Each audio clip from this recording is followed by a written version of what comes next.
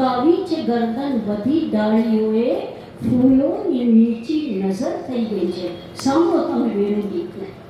તો આ આપના શ્રુત્વા ગુણાન ભુવન સુંદર શૃણવતામ તે. તો હું તો કેવળ શ્રુત્વા શબ્દને જ અહીંયા બોલીને વિરામ લઈ લઈશ. જુઓ, શ્રુત્વા એટલે શ્રવણ કરીને.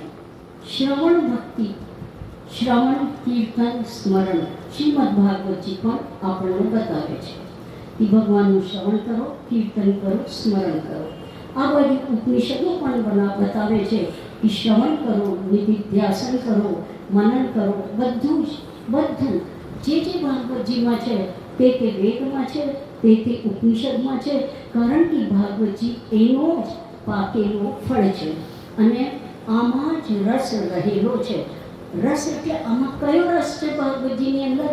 પીબત ભાગવતમ રસમાલયમ મુહુરહો રસિકા ભુવિ ભાવુકઃ. ભાગવતજીમાં રસ છે. તો એ રસ કયો? એ રસ છે પ્રેમ રસ, એ રસ છે ભક્તિ રસ, એ રસ છે આનંદમય શ્રી કૃષ્ણનો રસ. એટલે ભાગવતજીમાં આ રસ છે. તો આ રસને શ્રુત્વા સાંભળીને, આપણા ગુણાનુવાદ સાંભળીને, આ બાજુ નિરોધ લક્ષણમાં શ્રી મહાપ્રભુજી બતાવે છે કે ગુણગાને સુખાવાપ્તિ ગોવિંદસ્ય પ્રજાયતે યથા તથા શુકાદીનામ નૈવાત્મની કુત્રચિત. એટલે આપના ગુણગાન સાંભળીને અને મને આ આત્માના દર્શનમાં અને આ જે સમાધિ છે ને એમાં પણ આનંદ નથી આવતો. આપના ગુણ એટલે સુખદેવજી કયા ગુણો સાંભળ્યા હતા? બે સાંભળ્યા હતા ને. પહેલાં તો બરહા પીડન નટવર અતુક કર્ણયો કર્ણિકારમ બિભ્રદવાસ કનક કપિશમ વૈજયંતીમ ચ માલમ. આ અને અહો બકીયમ સ્તનકાલ કૂટમ. આ શ્લોક આપણે બે સાંભળ્યા હતા. કે આવું કોણ ઉદાર છે કે ઝેર પીવડાવનારને પણ એ માતાની પદવી આપે છે. અને આ બાજુ બરહા પીડનનો વેણુ ગીતનો એ શ્લોક.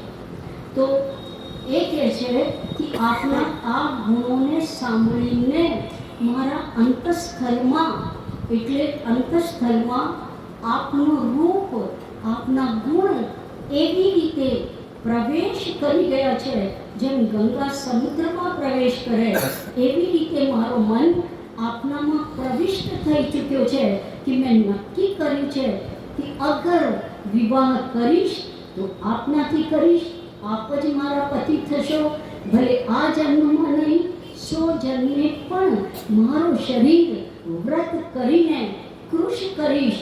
પણ જ્યાં સુધી આપ ના મળો હું મારા પ્રાણોનો ત્યાગ કરતી રહીશ અને વરણ કરીશ તો આપને જ કરીશ.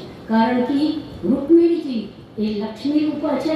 આ બાજુ રામાવતારમાં શ્રી સીતાજી એ પણ લક્ષ્મી રૂપા છે. અને લક્ષ્મી અને નારાયણનો સાથ સદૈવ હોય એટલે એ બંને ક્યારે પણ છૂટા પડતા નથી. તો નિર્વિશ્ય પ્રવેશ કરીને કર્ણ વિવરહી, આ કાનના અને આંખના જે પ્યાલા છે, કટોરા છે, એ આપના ગુણગાન રૂપી રસને ભરવા માટે છે. અને આંખોનું ફળ તો બસ એક જ છે, અક્ષણવતામ ફલમિદમ ન પરમ વિદામઃ સખ્ય પશુ નનુ વિવેશયતોર્વયસ્ય. તો આ જે છે, જે ગોપીજનો ગાય છે કે આંખનો અગર કોઈ ફળ છે તો આપના દર્શનમાં જ છે. એટલે આંખનું ફળ આપનું દર્શન છે અને કાનનું ફળ આપનું ગુણગાન સાંભળવું છે. તો કર્ણ વિવરહી, અને એ ગુણગાન સાંભળીને શું થાય છે કે જે મારો તાપ છે એ બધું જ તાપ દૂર થઈ જાય છે.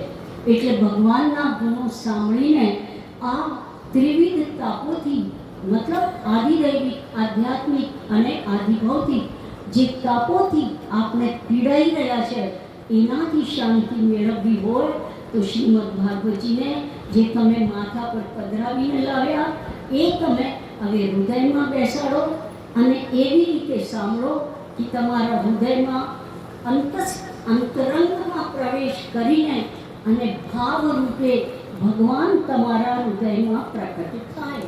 કારણ કે ભગવાન ભાવ, પ્રેમ, આ રીતે જ ભાવની 7 અવસ્થાઓ છે. તો ભાવ, પ્રેમ, રતિ, સ્નેહ, રાગ, અનુરાગ, વ્યસન, આ ભાવ જ આગળ જઈને અને પરમાત્માના વ્યસનમાં ફેરવાઈ જાય છે. એટલે આપ એવી રીતે સાંભળો કે ભાવરૂપ ભગવાન હૃદયમાં આવે અને એમાં જ વ્યસન થાય. બસ આટલું કહી ભાગવતજીના ચરણોમાં અને મને આપ લોકોએ શ્રવણ કર્યા, આવવાનો અવસર આપ્યો તે બદલ શાસ્ત્રીજીએ એમ કહ્યું કે જ્યાં જ્યાં વડોદરામાં મારી કથા હોય ત્યાં ત્યાં હું ગુરુ માતાને જરૂર આમંત્રિત કરું છું.